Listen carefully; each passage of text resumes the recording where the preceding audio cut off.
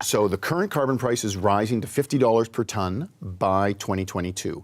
We then continue it at $20 per ton per year up to 2030. So gasoline becomes 40 cents more expensive by 2030 than it is today.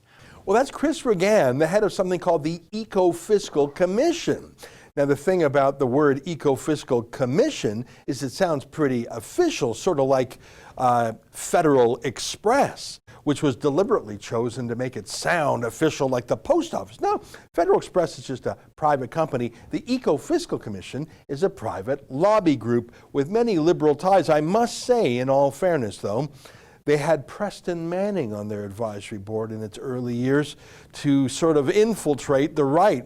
That was when the right was toying with carbon taxes until Rob Ford and belatedly Andrew Scheer pulled the plug on that movement. Well, the Eco-Fiscal Commission is back, as you can see, saying, and waiting until after the election to say it, well, guess what, guys? We might have to double, triple, maybe even quadruple the carbon tax. And here to talk about it is one of our friends who's written a column about this. I'm talking about Andrew Lawton with TNC News. His article, the headline is, Liberal Connected Environmental Group Wants to Quadruple Carbon Tax. Andrew, how you doing? Hey, good to be with you, Ezra. I'm well. How about yourself? Good. It's nice to see you. You are a real carbon tax expert. You attended the court challenge in Ontario to the carbon tax, and it doesn't surprise me that you're all over this. First of all, did I accurately describe the Eco-Fiscal Commission? Sounds very official, but it's basically a lobby group. Would you say that's accurate? Well, yes and no. I think that it's accurate that this is a private group, but I don't think it's accurate to say that it doesn't have government influence, because the Eco-Fiscal Commission reports have been heavily cited by governments. And in fact, during the carbon tax trial in Ontario, it was not infrequently that the Eco-Fiscal Commission's findings were cited as evidence of government needing to do certain things. So it seems like they have been granted the air of state legitimacy, even though that isn't what the organization actually deserves. That's a very good point. I think they are successful. I mean, choosing that name, Eco-Fiscal Commission. I mean, everyone's heard of a commission, you know. Well, and sorry to interrupt, but the official name is Canada's Eco-Fiscal Commission.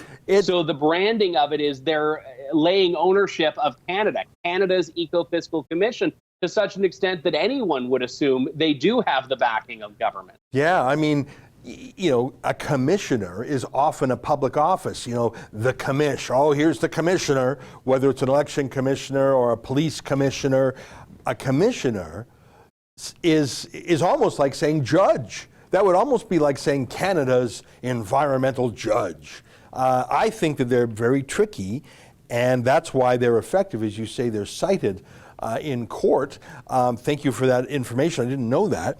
But now I see in your article, and I see reported elsewhere, the Eco-Fiscal Commission, we saw a little clip of them a moment ago, they waited till after the election is over. Now they're saying, okay, suckers, we got to jack up the carbon tax now.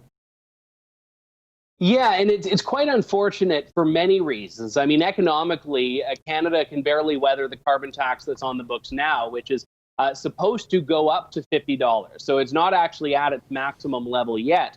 And what the Eco-Fiscal Commission is pushing for is an increase to a $210 a ton carbon tax in 11 years. So that would be quadruple, well, more than quadrupling from its current level, but quadrupling from the maximum level, which isn't supposed to kick in for another 2 years, which is just such a monumental increase. And we're already seeing declining fortunes in the oil and gas sector, mining, forestry.